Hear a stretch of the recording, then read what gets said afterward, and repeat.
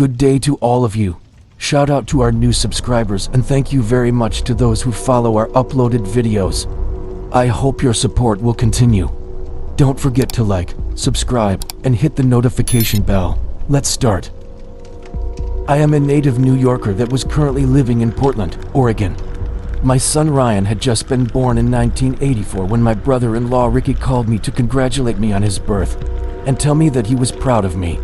This was my second child, and he thought I was just doing great. Ricky and his brother married my sisters at different times, and both families were now living in the same duplex. 2 weeks after I talked to him, Ricky was off this night and he was going to a party. A much-deserved break from working his main job hard, and his second job was a drummer in a band. He was so talented. Anyway, my sister was for months pregnant with their third child. She told Ricky she'd leave the light on for him.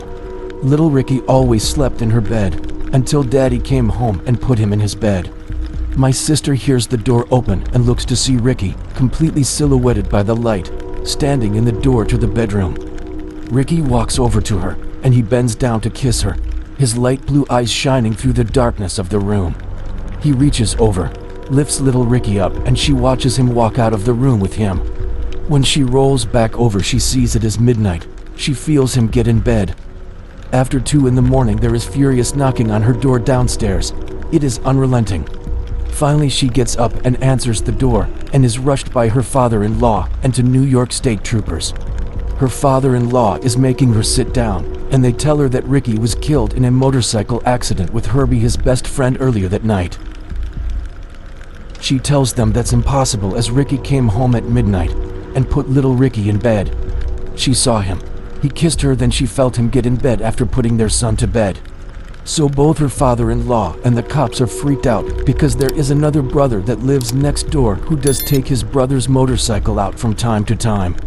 But he has already left for his bakery delivery job. There's confusion. Could it be him instead? They have the wrong brother ID? Then she says, "I'll go get him." She goes upstairs and he is not in their bed. So she starts turning on all the lights in all the rooms, running around screaming for him. She even went into the basement looking for him, to no avail. During this time, the cops clarify that the other brother is in fact at work and alive. She, at this point, is freaking out. She keeps screaming she saw his blue eyes. They must be crazy. Unfortunately, she was to find out that he hit a station wagon head-on. Herbie was on the back of the bike. This intersection was notorious for accidents. Their deaths are why a light was put there and speed limit signs, since there none before. Ricky went halfway into the car's motor at a high rate of speed. He was still on the bike, and the rupture of the tank caused him to burn and the car to catch on fire. Herbie was thrown from the motorcycle. Both his legs severed, neither survived.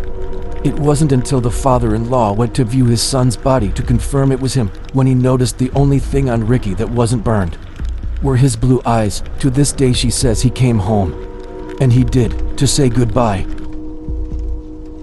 If you want to share your scary story, just email ytstarvlogshorrorstories@gmail.com.